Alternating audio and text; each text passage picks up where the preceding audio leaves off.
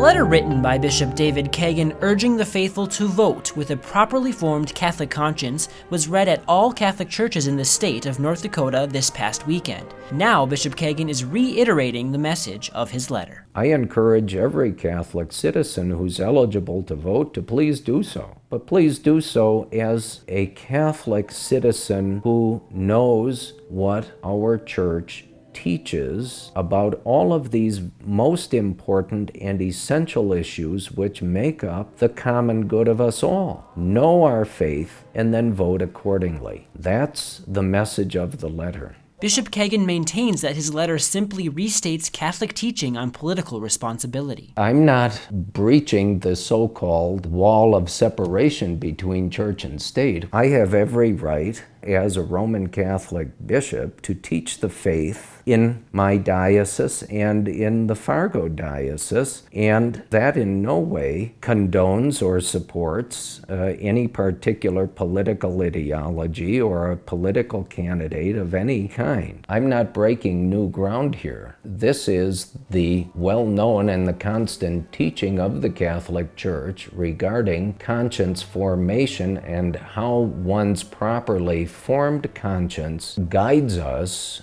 to recognize what is true and recognize and then choose to do what is morally good and avoid what is morally evil. I have an obligation to teach the truth of the Catholic faith as the Church has constantly taught it through the ages. If someone can find in my letter where I have contradicted the constant teachings of the Church, I would be interested in knowing that. As a successor to the apostles, Bishop Kagan's goal as shepherd is to lead his flock with pastoral care. If a candidate of any party, whoever it is, if it's clear that there is not that necessary and unqualified respect for the person and the human dignity of every single person, then all of the other elements of society will not be served. If one looks at both parties, looks at all the candidates,